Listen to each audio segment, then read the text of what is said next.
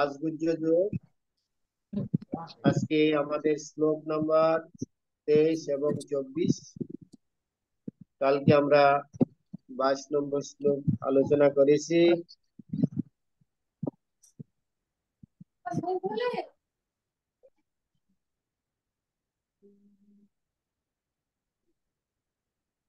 তেইশ নম্বর শ্লোক লক্ষ্য করুন।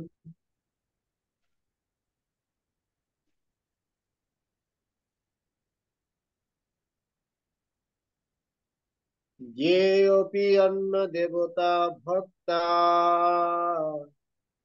यजन्ते श्रद्धयान्विता तेऽपि मामेव कुन्तय यजन्ति अविधिपूर्वकम्। येऽपि अन्न देवता भक्ता यजन्ते श्रद्धयान्विता तेऽपि मामेव कुन्तेय यजन्ति अविधिपूर्वकम्। येऽपि अन्नदेवता भक्ता यजन्ते श्रद्धयान्विता तेऽपि मामेव कुन्तेय यजन्ति विधिपूर्वकम्। শব্দার্থ যে যারা অপি অন্য দেবতা দেবতা ভক্তা ভক্তেরা যজন্তে পূজা করে শ্রদ্ধান্বিতা শ্রদ্ধা সহকারে তে তারা অপি ও মামেব আমাকেই কুন্তে হয় কুন্তি পুত্র যজন্তি পূজা করে অবিধি পূর্বক বিধি বহির্ভূত ভাবে। ছিল প্রভুপাদিত অনুবাদ এবং প্রাঞ্জল তাৎপর্য। শ্রীকৃষ্ণ বলেছেন, যারা দেবতাদের উপাসনা করে তারা অল্প বুদ্ধি সম্পন্ন। যদিও এই ধরনের উপাসনা পরোক্ষভাবে আমারই উপাসনা। উদাহরণস্বরূপ বলা যায়, গাছের গোড়ায় জল দেওয়ার পরিবর্তে কেউ যদি তার ডালপালায় জল দিতে থাকে, তবে সেটি কি করে যথেষ্ট জ্ঞানের প্রভু সেটি অনুবাদ কি করা করে হয়নি। হ্যাঁ, অনুবাদ করা হলো তো। এ কুন্তেয়, যারা অন্য দেবতাদের ভক্ত এবং শ্রদ্ধা সহকারে তাদের পূজা করে, প্রকৃতপক্ষে তারা অবিধিপূর্বক আমারই পূজা করে। শ্রীকৃষ্ণ বলেছেন, যারা দেবতাদের উপাসনা করে তারা অল্প বুদ্ধি সম্পন্ন। যদিও এই ধরনের উপাসনা পরোক্ষভাবে আমারই উপাসনা। উদাহরণস্বরূপ বলা যায়, গাছের গোড়ায় জল দেওয়ার পরিবর্তে কেউ যদি তার ডালপালায় জল দিতে থাকে, তবে সেটি কি করে যথেষ্ট জ্ঞানের অভাবে অথবা সাধারণ নিয়ম নীতি পালন না করার জন্য। তেমনি দেহের প্রতিটি অঙ্গ পতঙ্গকে পুষ্ট করার উপায় হচ্ছে উদরে খাদ্য সরবরাহ করা। বলা যেতে পারে, দেবতারা পরমেশ্বর ভগবানের সার্বভৌম প্রশাসনের অন্তর্ভুক্ত বিভিন্ন পদাধিকারী, শাসক ও সঞ্চালক। প্রজার কর্তব্য রাষ্ট্রের আইন পালন করা। কর্মচারী অথবা সঞ্চালকদের কল্পিত বিধান পালন করা কখনোই তার কর্তব্য নয়। তেমনি সকলেরই কর্তব্য কেবল পরমেশ্বর ভগবানের আরাধনা করা। ভগবানের আরাধনা করার ফলে তার কর্মচারী স্বরূপ বিভিন্ন দেবতারও আপনা থেকেই তুষ্ট হন। শাসক ও সঞ্চালকরা রাষ্ট্রের প্রতিনিধি রূপে নিয়োজিত থাকেন এবং তাদের উৎকোচ দেওয়া অবৈধ। সেটি এখানে অবিধি পূর্বকম বলে উল্লেখ করা হয়েছে। পক্ষান্তরে শ্রীকৃষ্ণ অনাবশ্যক দেব উপাসনা কখনোই অনুমোদন করেন না। তাহলে এই শ্লোকের বিষয়বস্তু হলো যে যারা অবিধি পূর্বক ভগবান কৃষ্ণের পূজা করে না করে দেবদেবীর পূজা করে, তারা ভগবানেরই সেবা পূজা করে, কিন্তু সেটা হচ্ছে অবিধি পূর্বক। এখানে প্রভুপাদ তাৎপর্যে কয়েকটা উদাহরণ দিয়েছেন। যেমন গাছের গোড়ায় জল দিলে, আপনি ধরুন একটা গাছ লাগিয়েছেন, ধরুন একটা লাউ গাছ লাগিয়েছেন, কিন্তু গাছটা আপনার বাড়ির একদম চালাতে ছেয়ে গেছে। হুম। এবার আপনি কি করছেন? প্রতিদিন আপনি জল কোথায় দিচ্ছেন? আপনার চালার উপরে পাতাতে জল দিচ্ছেন, না গাছের গোড়ায় জল দিচ্ছেন? গাছের গোড়ায় জল দিতে হয়। হ্যাঁ, এটা হচ্ছে বিধি। কিন্তু এখানে যারা গাছের গোড়ায় জল না দিয়ে ডাল পাতাতে জল দিচ্ছেন, সেটা হচ্ছে অবিধি। এটাই হচ্ছে অবিধি। গাছে জল দিচ্ছে কিন্তু নিয়ম নীতি পূর্বক হচ্ছে না, সেই জন্য তাকে বলা হচ্ছে। তদ্রূপ প্রভুপাদ আরেকটা উদাহরণ দিয়েছেন, যেরকম উদরে খাদ্য প্রদান করার ফলে সমস্ত ইন্দ্রিয়তে আলাদা করে খাদ্য প্রয়োগ করার কোনো প্রয়োজন নাই। কেন? উদরে খাদ্য দিলে সমস্ত ইন্দ্রিয় স্বাভাবিকভাবে পুষ্টি লাভ করে। এইভাবে প্রভুপাদ তার আরো উদাহরণ দিয়েছেন, যে তার দেবতারা কিভাবে ভগবানের প্রশাসনের অন্তর্গত বিভিন্ন পদাধিকারী শাসক সঞ্চালক, তারা হচ্ছে ভগবানের সেবায় নিয়োজিত আছেন বিভিন্ন পদে, বিভিন্ন সঞ্চালক হিসাবে। তো আমরা যখন কিছু সরকারকে ট্যাক্স দেই, সেটা কর্মচারীরা কখনো তাদের হয়ে গ্রহণ করেন না, সেটা সরকারের হয়ে তারা সেটা গ্রহণ করেন। এইভাবে মূল জিনিসটাকে কেন্দ্রে তারা সরবরাহ করেন। যদি সেটা তাদেরকে দেওয়া হয় বা তারা যদি সেটা আত্মসাৎ করে, সেটাকে অবিধি পূর্বক বলা হচ্ছে। সেরকম ভাবে সকলেরই কর্তব্য পরমেশ্বর ভগবানের আরাধনা করা। কেননা আমরা দেখতে পাচ্ছি আরাধনা নাম সর্বেশাম বিষ্ণু আরাধনা পরম। এটা শিব তার পার্বতী মাতাকে বলছেন।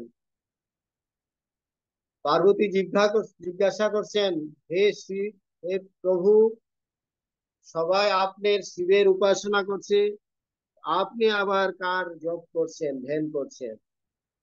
তখন বলছে, না, আমার প্রভুর ধ্যান আমি করছি, আমার প্রভু আছে, আমার প্রভু হচ্ছে বিষ্ণু বা কৃষ্ণ। তার আরাধনাই হচ্ছে শ্রেষ্ঠ আরাধনা। আরাধনা নাম সর্বেশাম বিষ্ণুর আরাধনা পরম। এটাই হচ্ছে যথার্থ যথার্থ বিধি আরাধনা। এরকম ভাবে সেটি শ্রীকৃষ্ণ অনাবশ্যক দেব উপাসনা কখনোই অনুমোদন করে না। এখানে ভগবান নিজেই বলছেন যে দেব উপাসনা তিনি নিজে কখনো অনুমোদন করেন না। কেননা এখানে গীতাতে অন্য জায়গায় বলা হয়েছে যে অল্প বুদ্ধি সম্পন্ন, যাদের বুদ্ধি অল্প, তারাই দেবতাদের উপাসনা করেন। অল্প বুদ্ধি সম্পন্ন কেন তারা উপাসনা করেন? আমরা পূর্বে দেখেছি যে বিভিন্ন রকম কামনা বাসনা চরিতার্থ করার জন্য, তারা অনিত্য সুখ লাভ করার জন্য অনিত্য দেবদেবী উপাসনা করেন। দেবদেবীরও যেরকম অনিত্য, তাদের উপাসনা অনিত্য। সেটা কিরকম অনিত্য? সেটা বলা হয়েছিল যে ক্ষীণে পুণ্যে মর্তলোকে বিশান্তি। তাদের যে উপাসনা পূর্ণ কর্মফল, সেটা ক্ষীণ হয়ে গেলে তারা দেব উপাসের যে ফল লাভ করবে, সেটা এক সময় নষ্ট হয়ে যায়।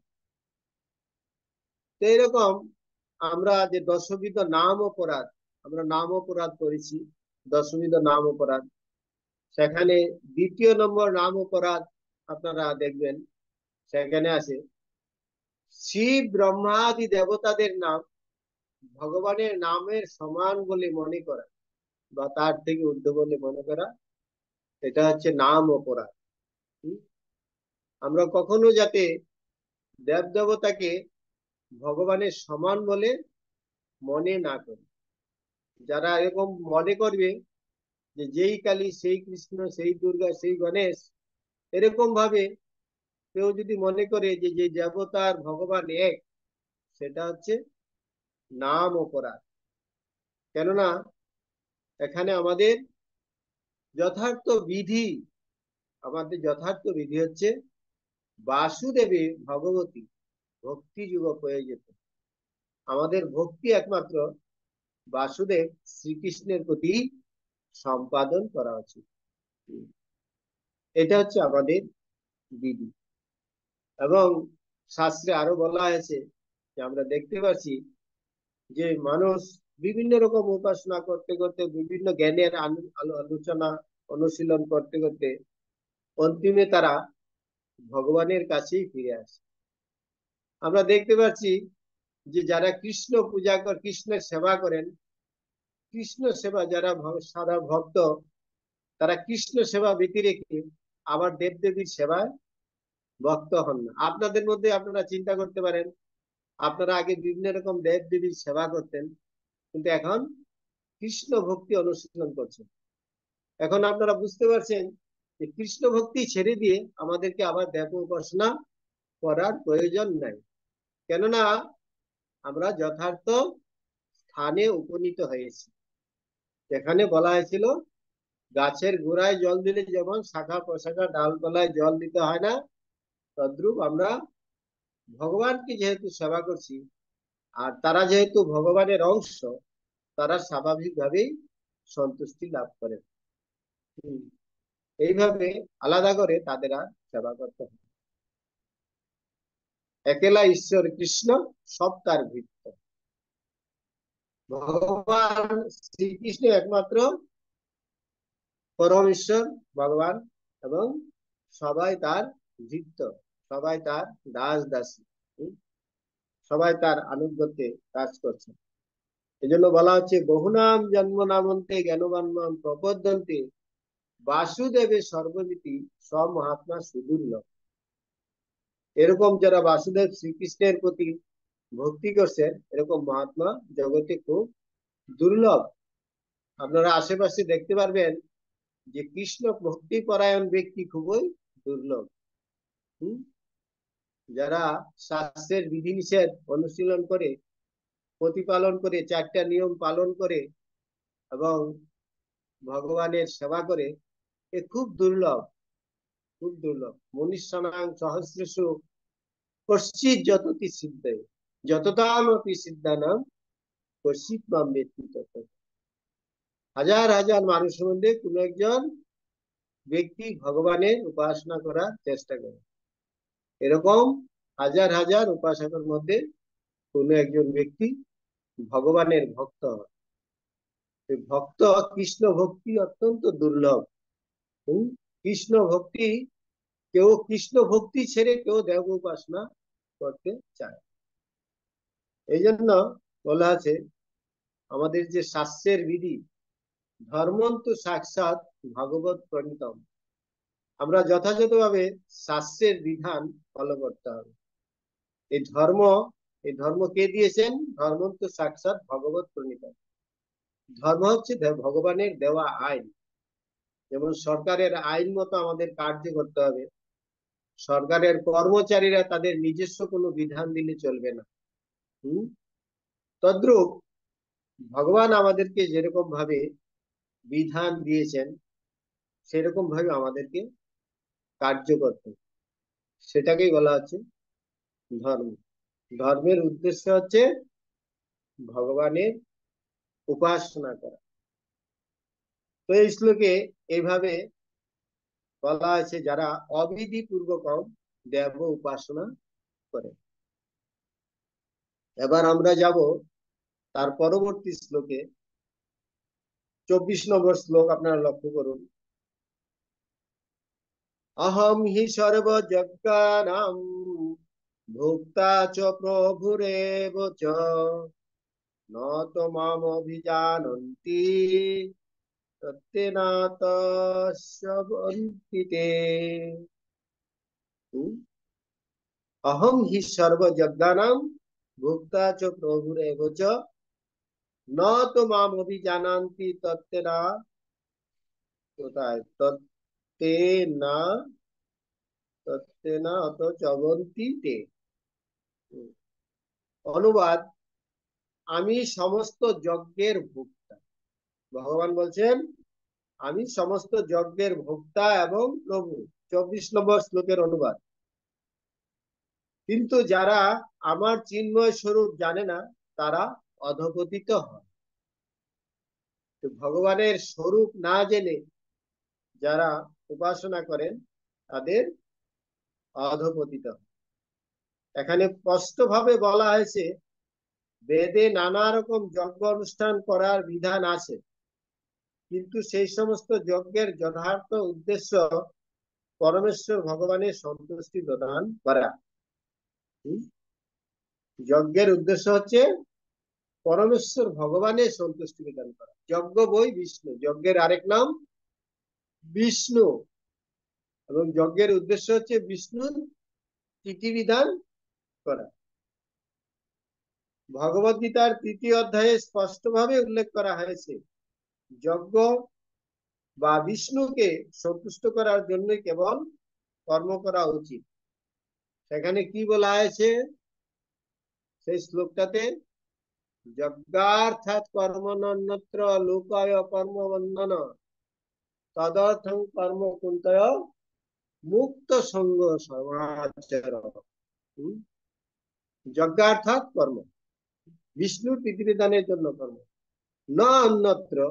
যদি আমরা অন্যত্র করি তাহলে লোকায় কর্মবন্ধন, তাহলে অন্যের যদি আমরা উপাসনা করি তাহলে আমাদের এই কর্মের বন্ধনে বারবার ফিরে আসতে হবে। কর্মের ফল হয়, যে যেরকম কর্ম করবে কর্মের একটা ফল আসবে, কিন্তু ভগবত ভক্তির ফল আর পূর্ণ কর্মের ফল সব সময়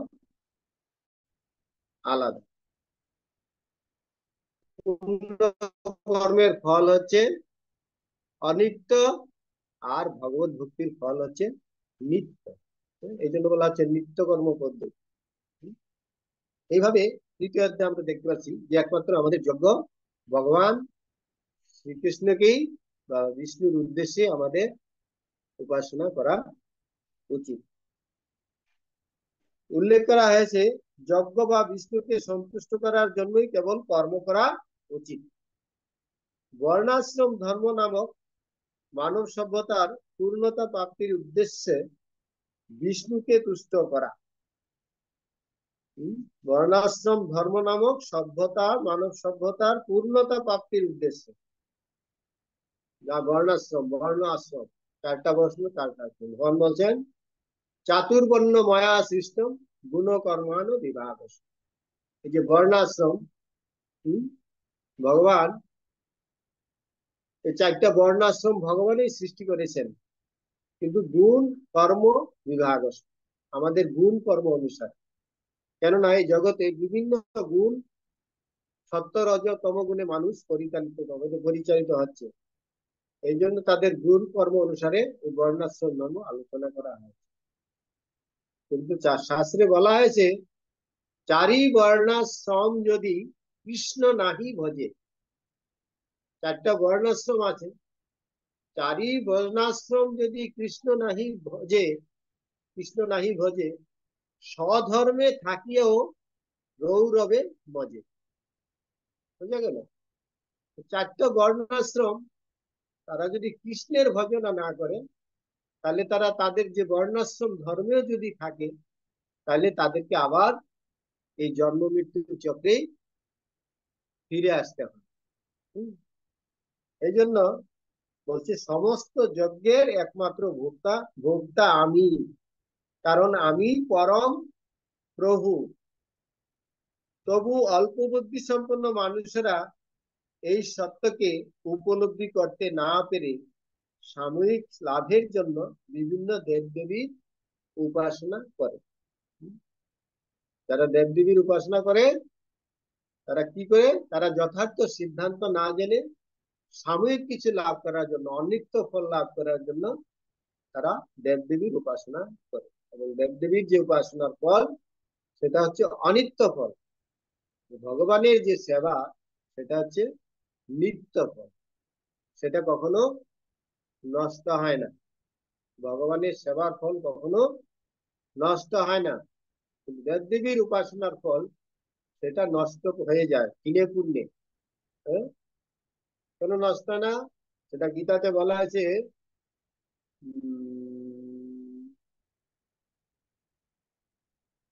যে কেউ যদি ভক্তি যুগের অনুশীলন, কেউ যদি স্বল্প মাত্রায় অনুশীলন করে তবু তার ভক্তির অনুশীলনের ফল কখনো নষ্ট হয় না। এটা শ্লোকটা মনে আসছে না, শ্লোক আছে। এরকম ভগবত ভক্তির ফল কখনো নষ্ট হয় না। তাই যারা এইভাবে বিভিন্ন অল্প বুদ্ধি সম্পন্ন দেবদেবী উপাসনা করে তারা সংসার সমুদ্রে পতিত হয় এবং জীবনের যথার্থ লক্ষ্যে পৌঁছতে পারে না।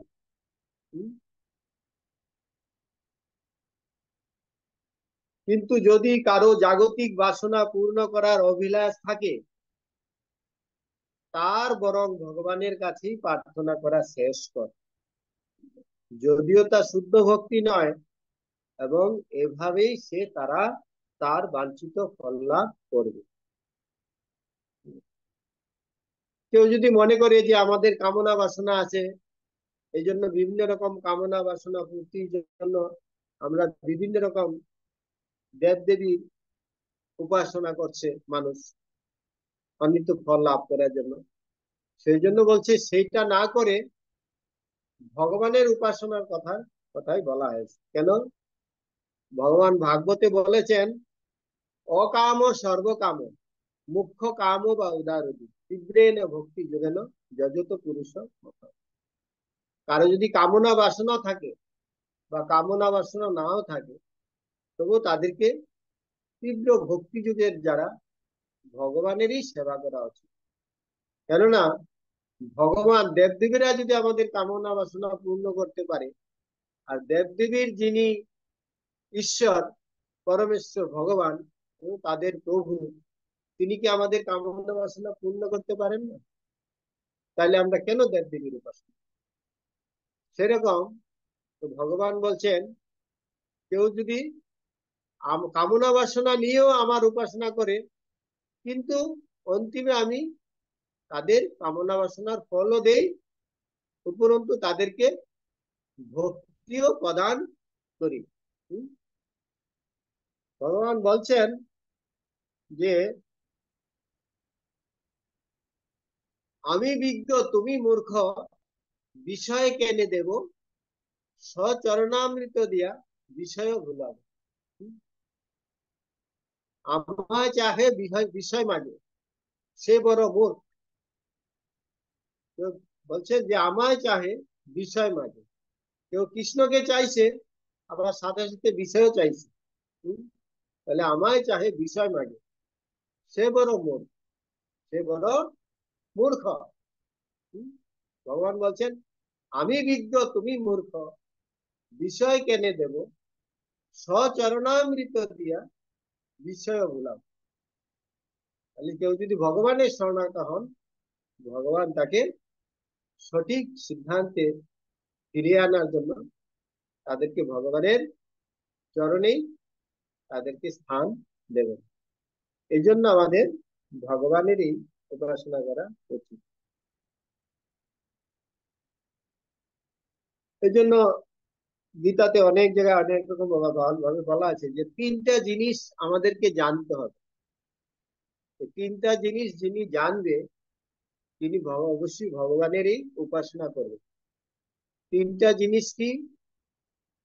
ভুক্তারাম যজ্ঞ তপসাম সর্বলোক মহেশ্বর, সুহৃদম সর্বভূতানাম জ্ঞাতামাং শান্তি ইচ্ছতি। এই জগতে যদি কেউ প্রকৃত শান্তি লাভ করতে চায়, তাকে তিনটা জিনিস জানতে হবে। ভোক্তারাম যজ্ঞ তপস্যা, ভগবান হচ্ছেন সমস্ত যজ্ঞের ভোক্তা। হ্যাঁ? এবং সর্বলোক মহেশ্বর, সমস্ত বিশ্ব চরাচরের তিনি হচ্ছেন একমাত্র মালিক। এটা জানতে হবে। আর তৃতীয় কি? সুহৃদম সর্বভূতান, তিনি হচ্ছেন সমস্ত জীবের সুহৃদ বা বন্ধু। হম?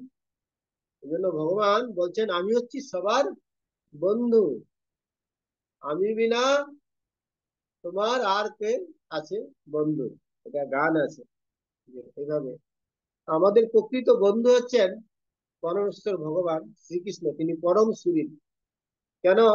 তিনি পরমাত্মা রূপে আমাদের সাথে সবসময় থাকছেন, এই জন্য তিনি হচ্ছেন পরম সুহৃদ। কেউ আমাদের বন্ধু হতে পারে, আবার বন্ধুত্ব নষ্ট হয়ে যেতে পারে, কিন্তু ভগবানের সাথে যে বন্ধুত্ব সম্পর্ক, সেটা কখনো নষ্ট হয় না, সেটা নিত্য।